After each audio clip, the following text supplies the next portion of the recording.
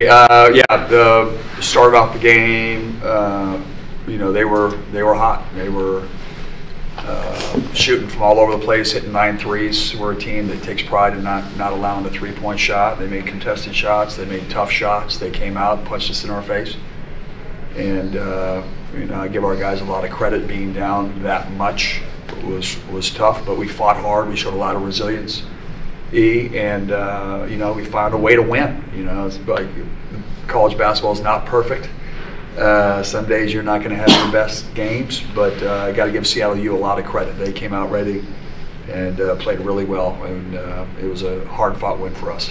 Hey, the things that you guys did in the second half to take away their threes were what? Tougher defense, being physical, letting them feel us, and unfortunately we had to wait a half to feel that, but they felt it. Sahvir, the last play in regulation where Wilhelm beat the buzzer, can you kind of break down for us and maybe walk us through what you saw? That's stuff that Coach talks about. Like at the end of regulation situations like that, you don't want to call timeout just because it gives the defense an opportunity to set, maybe pull something out the hat, go zone or something like that. And I was just trying to get to the paint, and if they caused help, drop it off. But we got a shot up in time, early enough in time where there was enough time for offensive rebound and layup. And the second to last play in OT, guys are down 2. If you could take us through that play, your banked mid-range jumper, I think it was. Can't remember who it was. Sahvir Wheeler kicked it back for me. I had to look at the 3. It ran me off. I just wanted to be aggressive. We was in the bonus, got in the lane, and jumped up and kissed it off the glass. Simple as that. Coach, this is now the 3rd win that your squad has when you're trailing at halftime. First it was Xavier, then it was Gonzaga, and now it's tonight. What can you say about the resilience of this team? These guys are just winners. That's what they are, and never say die. We've been down, 10, 11, late, and just keep fighting, just staying with what we do. It's not going to be perfect, but we just got to keep fighting. And our defense, I think it was so impressive is how our defense has played in tough situations. I think we held them to 2 for 13 in the second half and overtime in the second half. That's huge. Now it just goes back to us rebounding the basketball. I thought it was not as good as it's been the last 2 games. So that's something that we've been working on and keeping a focus on. But again, it's hard to win college basketball games. And, we just when you have a resilient group, when you have guys like this, winners, tough, great leaders, anything is possible, and we just kept fighting. What led to Sahvir starting off the bench and stop for you? I just went with a different lineup tonight. Were you motivated by that at all, or was it just kind of? It's a basketball game, man. Come on, it's good. Move on. Anything you can update us on, Frank? Frank's he seemed great. Talked at the end. He just to be reevaluated, but he seems like he was okay. The mindset that you guys had in the double OT was what? I think part of it was like we've been in this situation before. Played an overtime game in San Diego State. Similar score, 100 to 99. I think San Diego State was 100 to 97.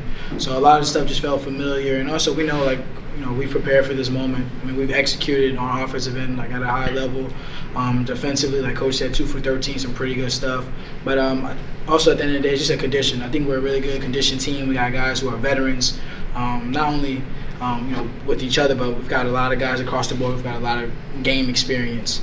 And for example, just like Brax, his number was called in that second overtime for him to rebound, post defense, the post presence, and then the lob to catch that and put us up 3 to give us some comfort. That's big time. That also takes a certain amount of maturity, and a certain amount of character, and he has that, and that just speaks about everyone across the line.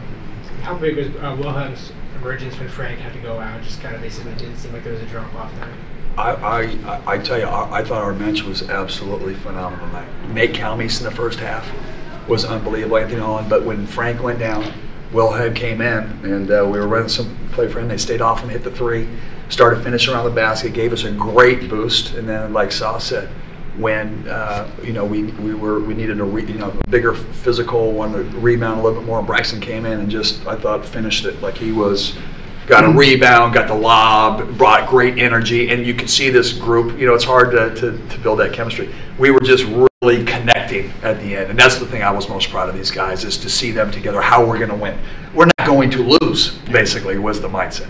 Keion, being underneath the basket, to me, it just seemed like, especially for you, it was pretty physical out there. You had 9 rebounds. I saw the referees several times have to talk to you and other guys just even about foot placement in the key. Did you like that kind of a physical game? I mean, I don't mind it. That's most teams approaching me anyway, trying to beat me up because, to be honest with you, they don't have a chance unless you're trying to muck the game up that way. So I knew it was going to be that type of game, and this was a big game for the whole city. They really wanted to come in and beat us, so they really tried to come in and push us around. We didn't back down. So I know it got a little bit physical, but we continued to play through it, made the right play, didn't let their physicality take us out of stuff that we wanted to get into, and at the end of the day, we came out with a W because we matched their physicality. Your view of the last play there, Coach, it just seemed like a mad scramble at the end of the game. Yeah, I mean, I've been a part of a few of those, but you got to get them to miss. We didn't get the rebound. We got to do a better job getting the rebound off the foul shot. But usually, what happens, there's a scramble and I get a ball and something happens. But you just got to stay with it. Sometimes the ball doesn't bounce your way. And at the end, we were able to, it got all the way down to 2 or whatever. He shot it, I think, with 1 second to go, maybe even less, and it had to be a desperation. And so, we were lucky to come out of it. But it wasn't perfect by any stretch of the imagination. But sometimes the ball bounces your way, and sometimes it doesn't. It's off for you for your finger roll to go in right at the end of regulation. Just take me through your roll. Were you basically just saying just get it up before the shot goes off? Because your back was to the basket by the look of it from our side. Yeah, I mean, when I passed it, I was still looking at the shot clock, so I knew I had enough time. So it might have seemed like it, but I knew that I had a chance to make it, or at least I didn't just throw it up hoping it went in. Like I shot it like a normal layup. I just shot it a little quicker. But yeah, I mean that's just time and score and awareness, and Coach Hop trusted us in those situations to make the right play, and we got a decent look with a layup, got an offensive rebound, laid it up, and sent it to overtime. Last question. You got a guy that not getting a whole lot of minutes, but he just seems pretty with Anthony Holland every time he gets in there. He's a winner. He's a leader. He's just wants to win. And when you have a group of guys that just want to win, and that's what I'm telling you. The bench was spectacular tonight. I'm really proud of Nate Kelmy. These guys, when you have great leaders, your locker room is strong. As a coach, if you're not playing somebody, it's always a little bit difficult. But these guys have been encouraging them. The coach has been working with them. He's been working really hard in practice, and he came in and he impacted that game. And I believe as this goes forward, those 4 or 5 guys can come in and help us win on any given night. And it could be 4 minutes, it could be 20 minutes, it could be 12 minutes. You don't know, but if you have that mindset with great leadership, you can conquer anything. You're unstoppable. Thanks, guys. Thanks.